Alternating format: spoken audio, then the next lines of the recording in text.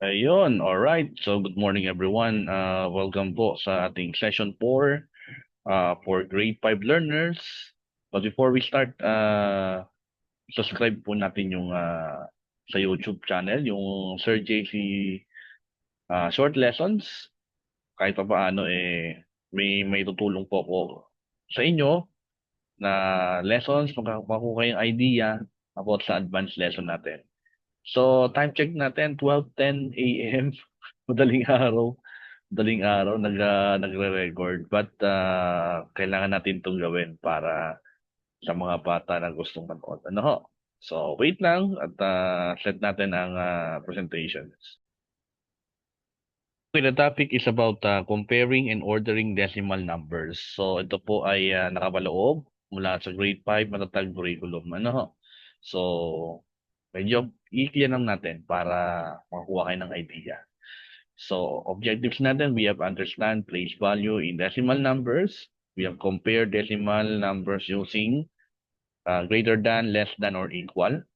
Then arrange decimal in descending order, or ascending or descending order. And then apply skills in real-life problems with decimals. Okay, motivation muna tayo. Suppose you and your friend are buying snacks. Okay? So, buying snacks. So, one costs 12.50 and another cost is 12.75 or 12 pesos and 75 cents. Question. Which one is more expensive? Sino sa kanila yung mas malaki ang cost? Okay, let's learn how to compare decimals. Okay, review tayo. Recall natin yung place value. So, we have the decimals, have tens, hundreds, and thousands. For example, which is 45 and 326, yung 4 ay tens, alright? Yung 4 ay tens, and then yung 5 ang ones, 3 which is tens, may THs ang dulo, and then 2 is hundreds, and then 6 is thousands. Alright? So comparing decimals tayo. We have the comparing decimals, step number 1 which is line up decimals by the place value. So dapat na-line up na natin, kailangan naka-place value. Step number 2, compare digits from left to right. Okay. And then step 3, use greater, less, or equal. Greater than, less than, or equal. And for example, which is one is 56 hundreds and then 65 hundreds. Which is greater? This one, malaki. Itong 0.65. Pag binase po natin siya, pag kinumpare natin yung 0 is pareho, and then pagdating naman sa tens, which is different na, which is 5 and 6. Kaya less ang sagot. 56 less than by 65 hundredths.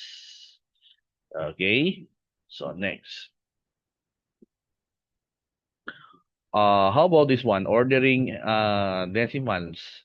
So, arrange decimals from smallest to largest.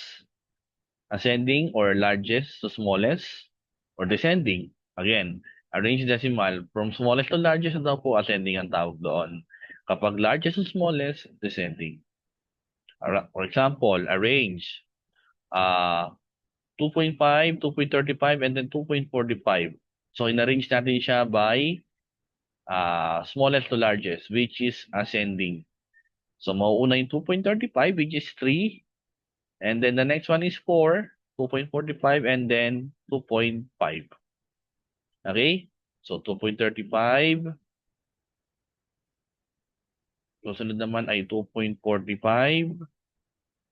And then the last one is 2.5. O kahit may 0 dulo, same pa rin po siya. Okay? Next is guided practice. Sige, practice tayo. Tingnan natin kung ano sagot. Pwede kayong mag-comment if you know the answer. Compare 3.45 blank 3.5. So what is the answer?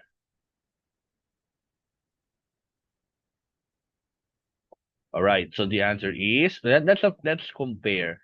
So the first one is that one's digit is the same, pareho. And then pagdating naman sa 4 o sa tens digit ay magkaiba na. So which is, sino mas malaki? Ito po. So ang sagot natin ay less than. Alright. Next. Arrange in ascending order. 4.2, 4.15, and then 4.05. Pag sinabing ascending order, again, smallest to largest number. Okay? So, ano mauuna? You have to compare first. Lahat sila parehong 4. Pagdating sa tens, magkakaiba na sila. So, which is 0, 1, 2. So, mauuna po ang 4.05. And then, what's the next? 4.15. And then 4.2. Okay, did you get it? All right. So, next.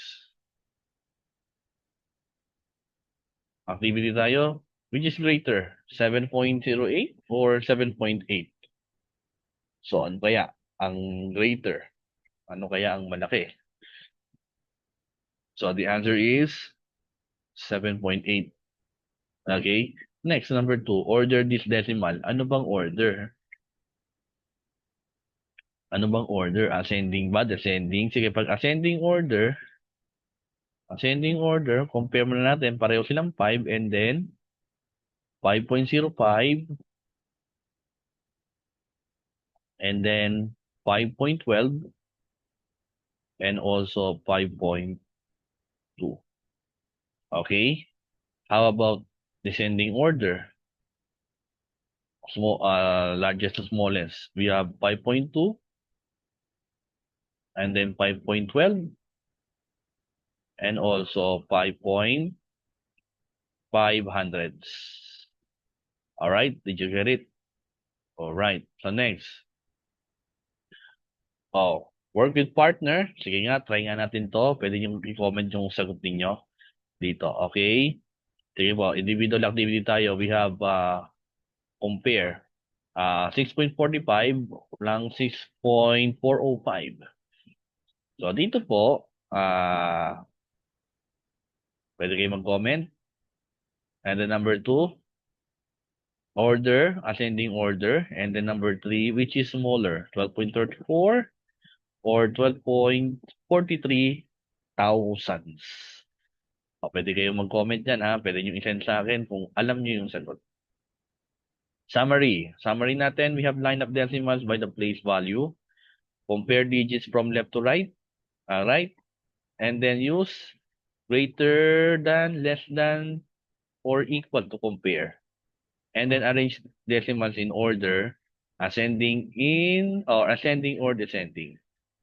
All right. So did you get it, class? Okay. So, ayan, real life application. Okay, pwede yung sagutan ito. All right. Sagutan nyo po yan. Pwede. And then, real life application. Look at the prices of the items in the store. O pwede yung sagutan yan. Ano ho? Pwede kayong mag-compare, pwedeng mag-ordering. Okay? Pag nagawa niyo po yan, nandyan na po yung sagot. Malalaman na po agad. Then activity po, before we end up, sagutan po itong activity. Yung test A, we have using the relation symbols, compare the decimals in each item. And then letter B, arrange the decimal in each ascending, and then letter C naman ay descending order. Okay, so that's it all for today. Thank you very much and have a good day everyone. Mag-aral pong maigi. Okay, buenas noches. Adios everyone. Bye.